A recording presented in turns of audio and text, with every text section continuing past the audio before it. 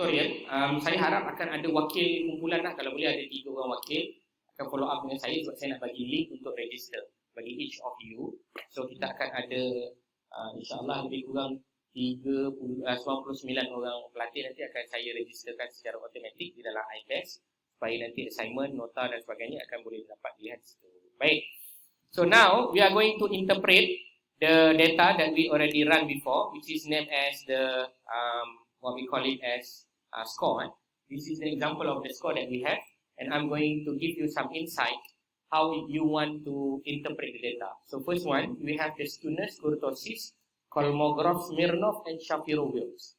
And then you have also another one, which is a part and parcels of the graphical measures using the histogram, stem and leaf, normal QQ plot, detrended normal QQ plot, and then the last one but not least is the box plot. Baik, untuk yang pertama, skewness and kurtosis. For the first one, for the skewness and kurtosis, this one is very simple. You look into the skewness. Can you see the skewness value? What is the statistical value of the skewness? You can see over there is 0.499. Correct, right?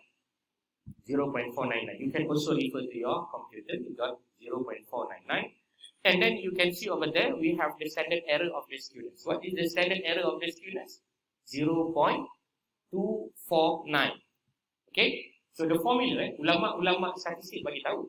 Saya nak tahu data ini normal atau tidak. Anda ambil standard error, you pick up your standard error of the skewness. You times it by 2. Anda kalikan dengan 2. So 0.249 ya, tuan-tuan dan puan, didarabkan dengan 2. Anda dapat berapa?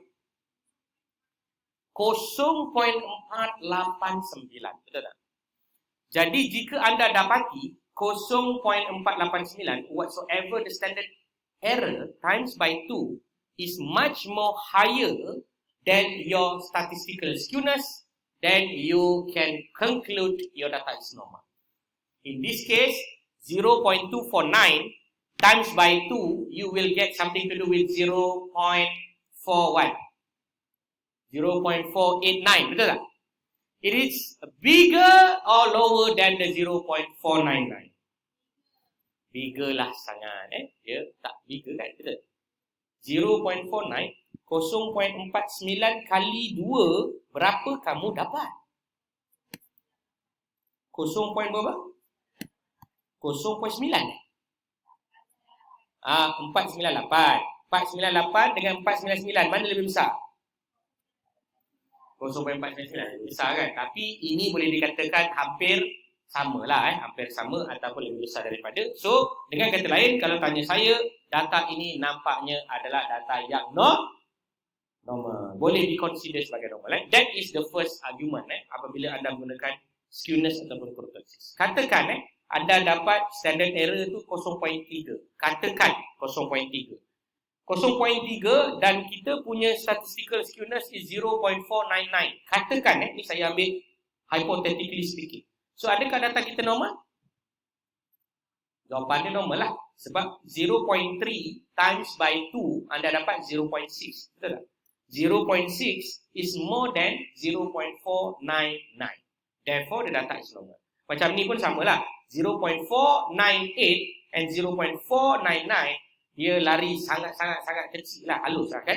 Jadi ianya juga boleh diconsider sebagai normally distributed data. So the score can be considered normal. Itu adalah ciri yang paling utama apabila melihat statistik.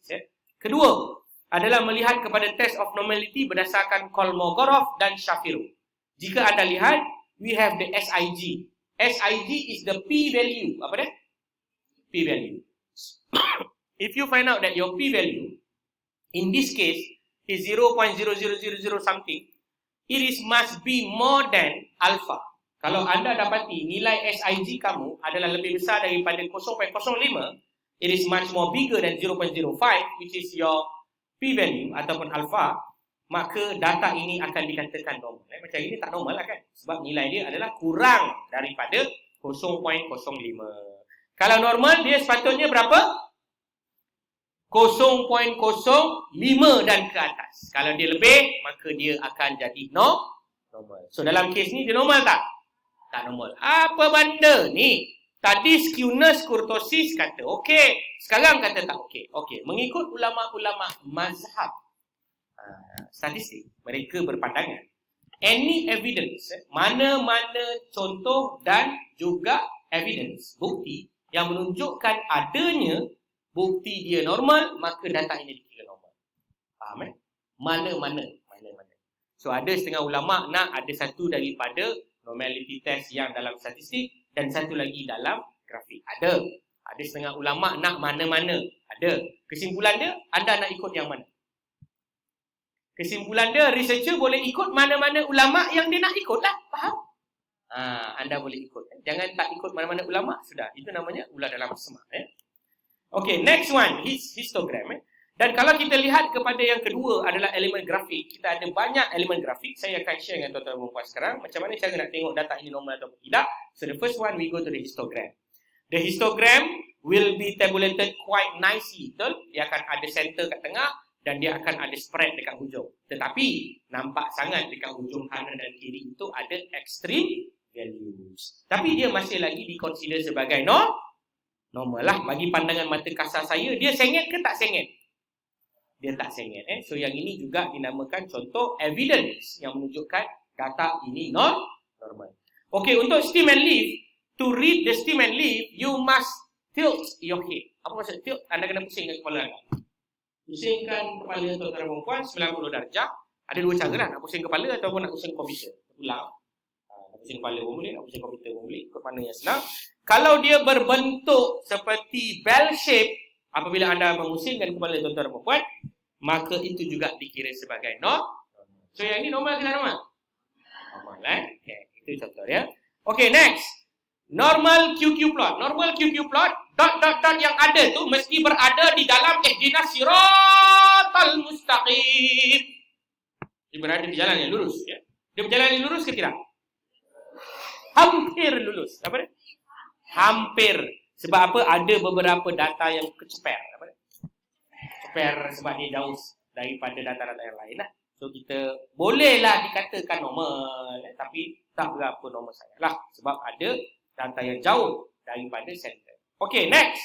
Di trended normal QQ plot. Macam mana nak tahu dia normal ke tak normal? Data tuan-tuan dan puan-puan mesti berada di dalam julat dot tu. Mesti berada dalam julat tambah tolak 0.3. Berapa? Oh, semangat betul So kalau kita tengok, ini 0.5, atas ni 0.5. So yang ini pun sebenarnya dia tidak menepati ciri-ciri yang kita mahukan. Dia mesti berada di dalam tambah tolak 0.3. Maksudnya 0.3 positif dan 0.3 negatif. Tapi dalam episod ini kita tak dapat data yang berkenaan sebab ada data yang ekstrim. Okay, next kita akan pergi kepada the last one, which is the box plot. By looking into this box plot, I presumably know and understand that we have a lot of extreme values. By looking into this data, kita tahu ada banyak data-data ekstrim. Sebab ada yang terlampau pandai, ada yang sangat tidak pandai. Faham Contoh dalam data ni. So, adakah data ini diterima sebagai data yang normal? Saya dah bagi tahu tadi contoh yang sesuai. Jawapan dia boleh diconsider normal. Sebab apa? Histogram nampak okey, stem and leaf nampak okey, dan juga skewness nampak okey. Walaupun yang lain tak nampak okey. So, you are going to be encounter this kind of problem, whether you need to decide whether you want to use the parametric or non-parametric. Saya try lah cerita pasal parametrik dan juga non-parametrik esok. Parametrik ni mana yang sempat saya cerita ini, saya cerita. Setelah selesai, maka tuan-tuan dan puan telah tahu data kita normal. Okay, normal kan? So, kalau data dah normal, maka kita buat satu ujian hipotesis. Okay, standby. Mari kita belajar tentang nak buat ujian hipotesis. So, data kita normal, kita nak buat ujian hipotesis. Ujian hipotesis yang pertama. Ujian hipotesis yang pertama adalah mencari apa? Mencari beza antara kumpulan. Okay, dengar baik-baik. Ini adalah episod pertama untuk anda pelajari tentang ujian hipotesis di kalangan student ILKKM.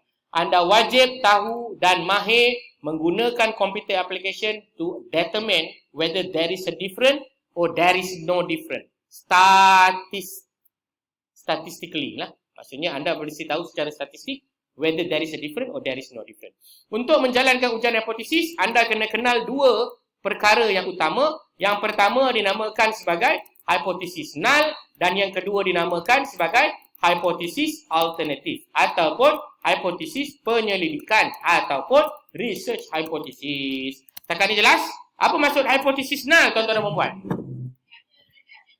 Hipotesis null adalah penyataan asal, iaitu dipanggil juga sebagai assumption of origin. Apa maksud hypothesis in the first place? What do you understand about the hypothesis in the first place?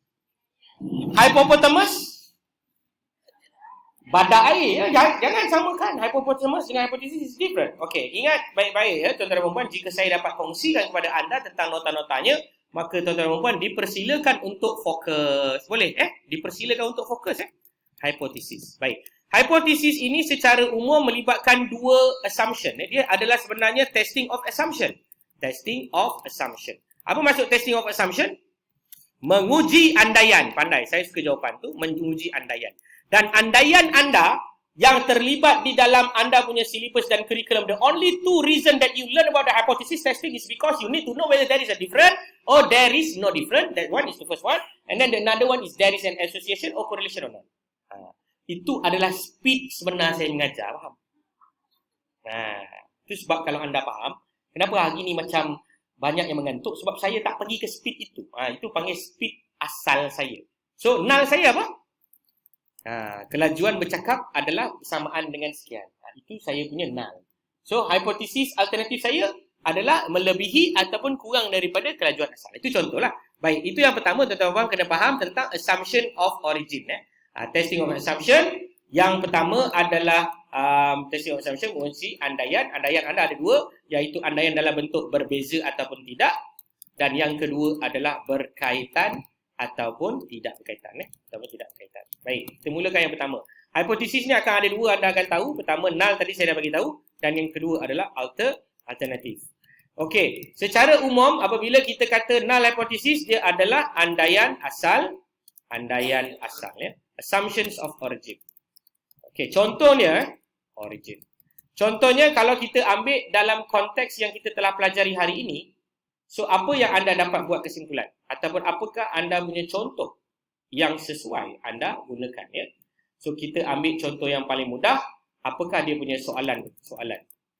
Adakah terdapat perbezaan markah skor statistik dengan apa? Standard. So kita nak tahu.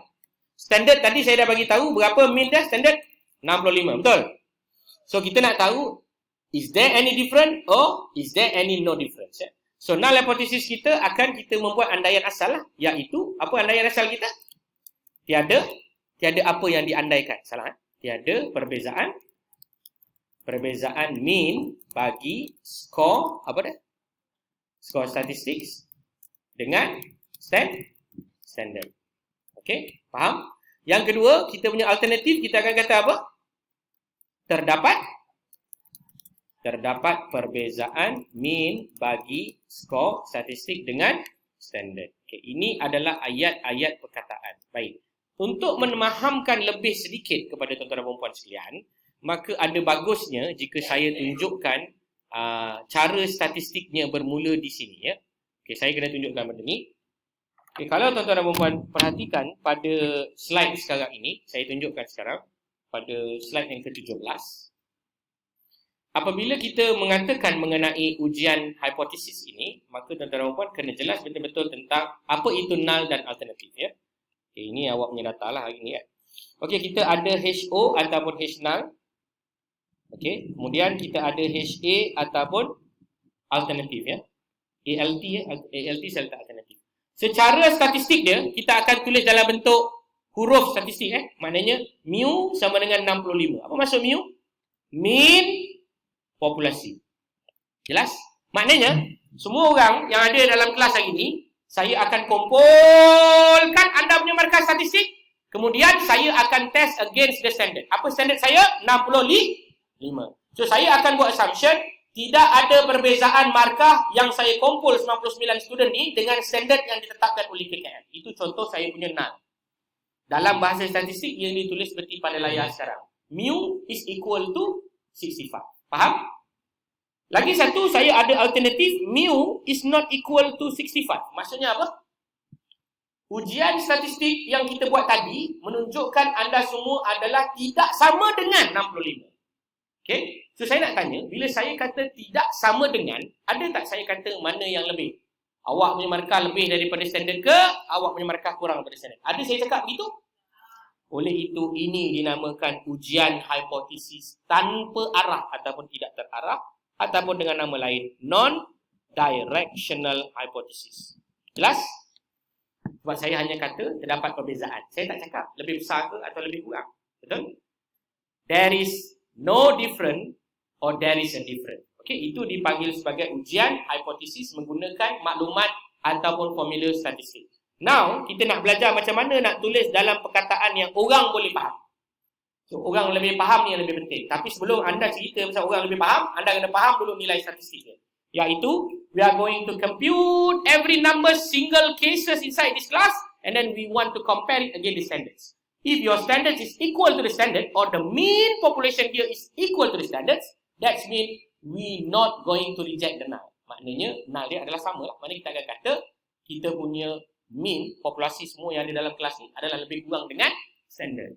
Itu kita punya assumption lah. Itulah andaian kita. Ataupun andaian kita yang sebaliknya, itulah yang juga dinamakan andaian penyelidikan. Iaitu tidak sama dengan kita punya 65 tadi. Baik, mari kita belajar pula macam mana cara nak buat. Okay. Kalau mana yang tak faham, tak apa. Sebab esok pun saya akan ulang balik. So, null kita adalah seperti berikut. There is no significant difference of mean stat score between standard. Faham?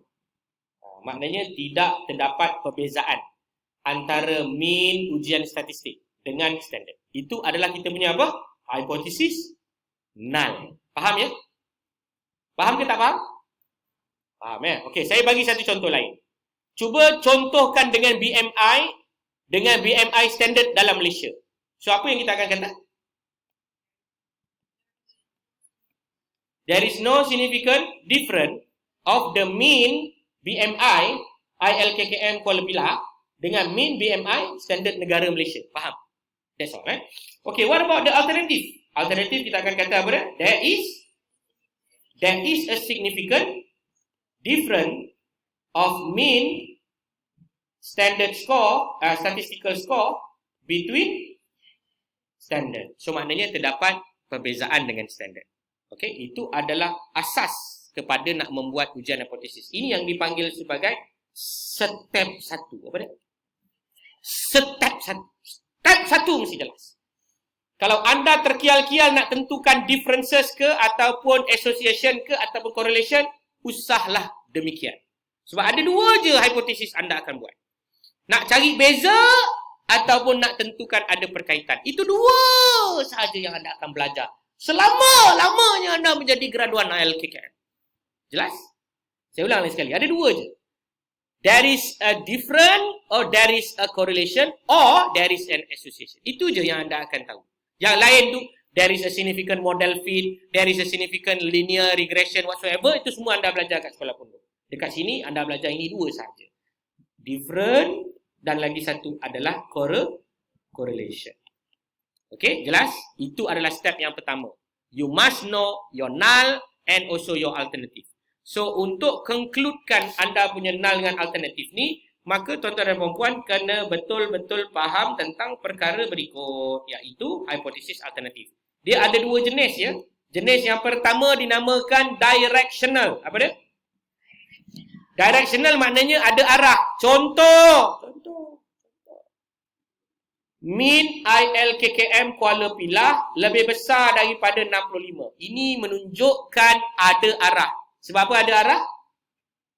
Sebab pengkaji yang membuat kajian ini memang nak tengok ianya lebih daripada standard ataupun kurang daripada standard. Itulah directional.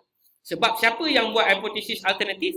Penyelidik. Ingat hipotesis penyelidikan dibuat oleh penyelidik. Bukan dibuat oleh supervisor, bukan dibuat oleh orang lain, bukan dibuat oleh saintis lain. No. Hipotesis alternatif you yang buat.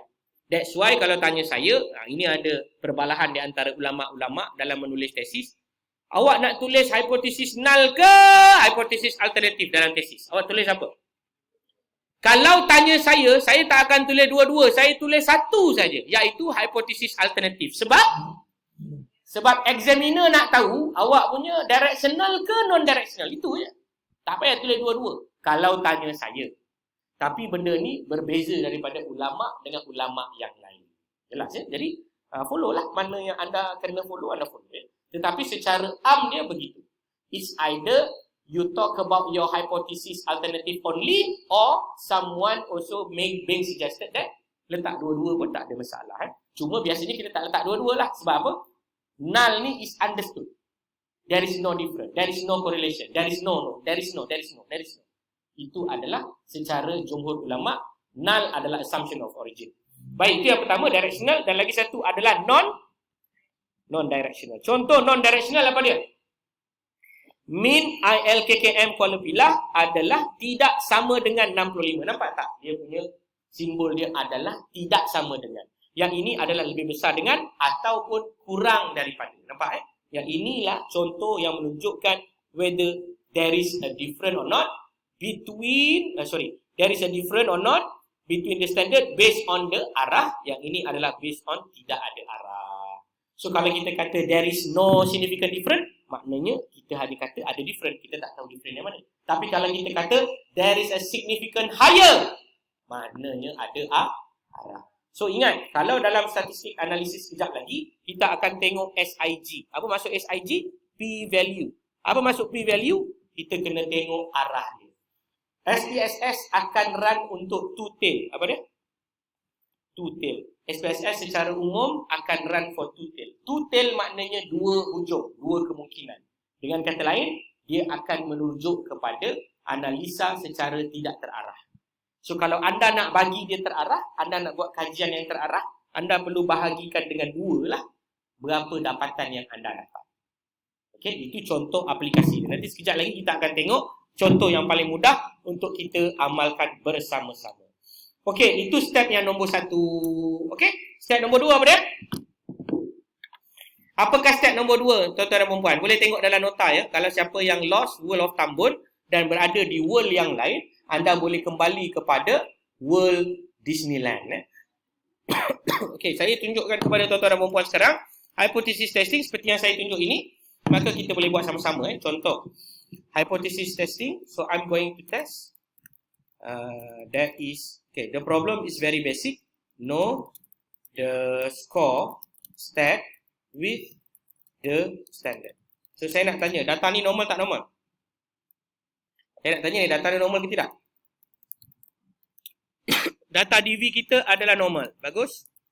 Okey, saya nak tanya, kita nak bandingkan kita punya data dengan standard. Ini adalah ujian satu kumpulan ke dua kumpulan? One group, one group, and then the data is normal. Then therefore, what kind of test that we are going to use? One sample t-test. Macam mana saya tahu one sample t-test? As I mentioned to you before, the data is actually want to compare with the standard, and therefore we want to use parametric test. Kenapa kita pakai parametric? Sebab data DV kita tadi adalah normal. Okay, now what is the null? The null will be as follows. There is no significant difference of the stat score between standard. Okay, so we have the another one which is there is a different. Itu sahaja ya. Beza dia, there is no different or there is different. Tapi janganlah ingat macam tu. Dia tak macam tu. Dia adalah berdasarkan yang saya cerita tadi lah.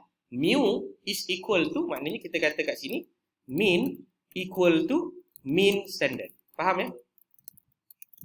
Nah, ini dia punya konsep. Maknanya mean data kita sama dengan mean standard yang diberikan. So yang bawah ni kita akan kata apa dia? Mean data kita tidak sama lah, tidak sama dengan mean standard. Okay, that is the concept. You must understand that one. Yang kedua adalah hypothesis testing menggunakan alpha is equal to 0.05. Ini adalah berdasarkan kajian daripada Fisher. Yang ini nanti sambung esok. Apa dia? Sambung esok. Nanti anda akan being carried away. Saya dah start menjadi philosophical. Lepas tu anda akan tercebur ke dalam tempat-tempat yang menyebabkan anda bosan. Justru saya tak nak cerita sekarang ni, saya cerita petang esok. Pagi esok. Okay, kemudian anda akan run and calculate, and then you must report. What kind of statistical value do you want to report? The T statistics. You will report the T statistics and also the P value. Kemudian you need to make a decision whether the P value is less than alpha or the P value is more than alpha, and then you are going to make the decision, and then you need to make a conclusion whether you reject the null. So when you reject the null, this is going to be your conclusion, and then when you reject the null, this is going to be your conclusion. Okay, kita try buat satu je contoh. Selepas itu kita akan kembali ke jalan yang benar, iaitu ke jalan anda pulang ke rumah masing-masing. Boleh? Saya nampak semua dah memang kicap ya. Iaitu skor kita ya. Baik, marilah kita buat sama-sama ya. Tuan-tuan dan puan dipersilakan untuk pergi ke data kita. Kalau masih lagi ada masalah, data ni tak ada dan sebagainya, anda tutup je lah komputer tu terus. Maksudnya anda dah memang dah tak boleh belah lah kan. Saya no offense kan, macam saya kata, saya bahan awak boleh bahan saya balik kan, no problem. Saya tak kecil hati pun, no problem Sebab statistik ni is not something easy to comprehend in a very short period of time. Dia perlukan masa lah kan. Anda mungkin dulu dah belajar. All of you are going to perform this analysis. Okay, go to analyze. Okay, sekarang ni kita sebenarnya dekat step nombor 3 lah. Step nombor 1 kita dah bagi tahu there is no different. And then we also mention about the another one which is our saya need to make it much more reasonable. Okay. Kemudian kita akan kata there is a significant difference. So maknanya null dan alternatif ni telah dinyatakan. So that is the first objective ataupun that is the first step. Step pertama kena nyatakan null dan alternatif. Selesai. Step kedua adalah kena menyatakan alpha. Umumnya ulama kata 0.05 kita punya level alpha. Okay, ini step yang ketiga, calculate or run. Ini yang kita akan buat. Go to analyze, go to compare mean, pergi kepada one sample t-test. So we are going to run this kind of t-test. A very basic sample t-test. Okay, go to the one sample t-test. Dah go dah? Okay, kita nak kena masukkan test variable kita. So variable test kita adalah apa tadi? Kita punya D apa? DJ ke DV? DV. So masukkan DV tuan-tuan dan puan, iaitu score ke dalam test variable. Okay, ke dalam test variable. And then after that, down there, you have the test value. The test value that being instructed by the bahagian pengesahan latihan, as an example and hypothetically speaking, is 65. Ataupun nilainya 65. Kita nak tengok ada beza ataupun tidak dengan nilai yang dicadangkan oleh bahagian latihan. Ini sebagai contoh. Bagus ya. Okey, selepas selesai, maka tuan-tuan dan puan boleh tekan butang OK ataupun paste. Tapi sebelum itu, sajalah nak tunjuk, anda boleh tekan butang option. Bila anda tekan butang option, maka dia akan kata dekat situ confident interval percentage adalah 95%. 95% membawa maksud alfa dia adalah 0.05. Okey? Kalau saya kata 99%, alfa dia berapa? Ya Allah, pandainya, betul kan? Kalau saya kata 99.9, 0.01. Kalau saya kata 99.99 membunuh kuman, macam itulah, anda fahamlah sendiri kan. Itu adalah merujuk kepada alfa yang tuan-tuan dan puan set. Itu adalah rejection region ataupun kawasan penolakan. Itu kita bahas sama insyaAllah ya. Kita ambil jumhur ulama lah 95. Kemudian anda boleh tekan butang paste ataupun OK. Dalam kes ini saya akan tekan butang paste. Selepas saya tekan butang paste, macam biasa, the syntax are going to be generated like this. And I'm going to highlight the syntax and then run accordingly. So after run the syntax, then I can see something like this. So the mean for overall 94 candidate in this classroom, even though you have 99, so 5 of you probably not sending the data yet ataupun antara data lambat dan sebagainya tadi, no problem. Tapi majority, mean, purata, data dalam kelas ini adalah 60.19. Berapa? Yang BPL nak berapa? 65. Ada beza ke? Tak ada beza. Secara mata kasar, by using your naked eye, you can see, oh my God, the BPL 165, but we perform 60. So, there is a difference. But, the difference is statistically significant or non-statistically significant. Therefore, we need to refer to the below table here. So, inside the below table, we can see the T value. Nampak tak ada T value over there? Berapa T value yang tuan-tuan nampak? Yang mana saya percaya belakang sekali tak nampak. Dia 1, 2, 3, paling last sebenarnya nombor 4. 5, 6, bohong lah kalau kita nampak. Memang tak nampak apa. Melainkan awak tengok komputer awak sendiri. So, berapa awak dapat? negatif 17.5 something kan, itu adalah nilai T, dan di sebelah kanan tuan-tuan dan puan akan nampak DF, degree of freedom, dan yang lagi satu, yang ini yang menarik, SIG kamu adalah dua apa dia tulis itu? 2 tail. Ini maknanya untuk anda yang membuat non-directional hypothesis, this is the value that you should take. Okay? Cuba anda double click kepada value berkenaan. Kalau anda letak 0.000, ini salah ya. Maka tuan-tuan dan puan kena tengoklah sebenarnya kosong dia tu ada banyak ya. Iaitu 0.0000 itu bersamaan dengan kali dengan 10 kuasa negatif 31. 0.0000 30 kali sampai ujung. Barulah 2934. Faham ya? Maksudnya dia sangat-sangat signifikan. Bukanlah sangat-sangat signifikan. Apa yang saya nak bagi tahu, nilai ini adalah lebih besar daripada alfa ataupun kurang daripada alfa. Okey, nilai alfa kamu berapa? Pandai ya. Nilai alfa kamu adalah 0.05. Yang kamu dapat berapa? 2.943 kali dengan 10 kuasa negatif 31. So tuan-tuan dan puan yang dikasihi Allah SWT sekalian, anda punya P value adalah kurang daripada 0.05. Betul? Jadi anda akan membuat decision untuk reject ataupun fail to reject. Di sinilah anda akan menyanyikan lagu pada hari esok. Ya, anda akan ada satu lagu yang saya telah menjadi komposer kepada lagu berkenaan. Dan iramanya saya tiru daripada sekolah Arab yang dulu saya belajar. Maka wujudlah satu lagu yang menarik untuk kita pelajari esok. Ya. Secara umum dia, P less than alpha kita reject. P value yang awak dapat tadi adalah 2.943 kali 10 kuasa negatif 31 tu memang semestinya kurang daripada alfa, iaitu 0.05. Semestinya, betul tak? Jadi anda akan membuat keputusan untuk reject null. Okey, selepas anda membuat keputusan untuk reject null, apa yang akan perlu untuk anda lakukan pada null itu? Maka null ini telah berjaya ditolak, kan? Makna lain dia, anda telah berjaya membuktikan bahawa this null have enough evidence to be rejected. Okay. Dah dapat reject. So, selepas kita reject, apa yang tinggal? Ya Allah, pandainya. That's why lah you akan buat conclusion berdasarkan apa yang tinggal. So, sebab you dah reject null, maka you akan buat conclusion seperti berikutlah. There is significant difference of the stat score between the standard at the level of significance 0.05, where the T statistic, T stat is equal to berapa tadi? Negatif 17 point something Negatif 17.5 lah. And the P value is equal to apa? P value is equal to something lah. Okay, inilah yang anda akan buat ya. Nanti esok kita belajar lagi lah macam mana nak buat conclusion. Tapi secara umumnya saya nak ceritakan there is a significant difference. Itu yang anda perlu tahu. Kalau kita gagal menolak null, for example, this is hypothetically speaking. Kalau anda mendapati nilai P kamu, contoh nilai P kamu 0.345. Lebih besar ke kurang daripada alfa? Lebih besar. Contoh. Sebab anda punya alfa 0.05. Katakanlah anda punya adalah lebih besar. Therefore, you fail to reject the null. That means you cannot reject your null. So, when you cannot reject your null, you must make the conclusion based on what is left behind. Okay, jelas ya?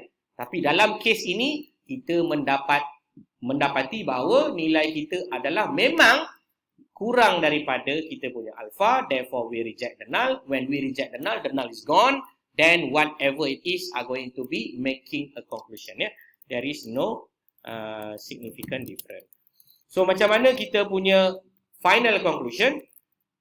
Based on the question, based on the hypothesis, we can conclude that, apa dia? So, tak apalah. Saya biarkan supaya tuan-tuan dan puan untuk buat latihan ini. Ya. So, buatlah latihan conclusion. Boleh?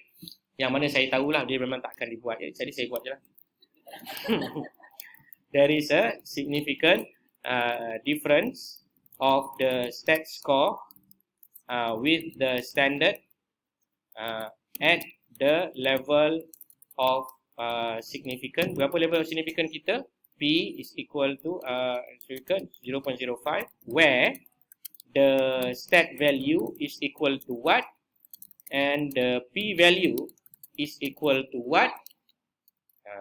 Pasal awak ceritalah lepas nokta ni, the result indicate the mean of students lower than the standard. Okay, ni contoh ayat yang dikenaki oleh pembaca bahan-bahan saintifik yang tuan-tuan dan puan kena tahu.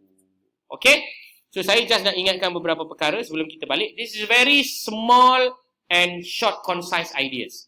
Dalam hipotesis, ada tak perkataan accept? Ada orang kadang-kadang dia kata, oleh kerana kita reject null, maka kita menerima alternatif. Okey, saya nak bagi tuan-tuan puan, yang saya belajarlah selama ni dengan ulama-ulama statistik, yang saya tahu, accept ini tidak akan ada dalam hipotesis. Accept ini adanya di mana? Siapa tahu? Dia dah nak habis dah ni, dah nak habis. Accept ni adanya di mana? Terima ni, terima. Saya menolak null hipotesis dan menerima hipotesis alternatif. Perkataan menolak dan menerima ni tak ada dalam istilah saintifik yang saya belajar lah. Yang saya tahu, menolak null hipotesis, that's it. Ataupun gagal menolak null hipotesis. Itu dua je. Menolak null ataupun gagal menolak null. Dia tidak ada menolak ataupun menerima, tak ada. Menerima ni hanya ada pada satu perkara je. Siapa tahu? Apakah itu? Siapa boleh jawab, boleh balik terus. Jawapan dia apa? Tak ada jawapan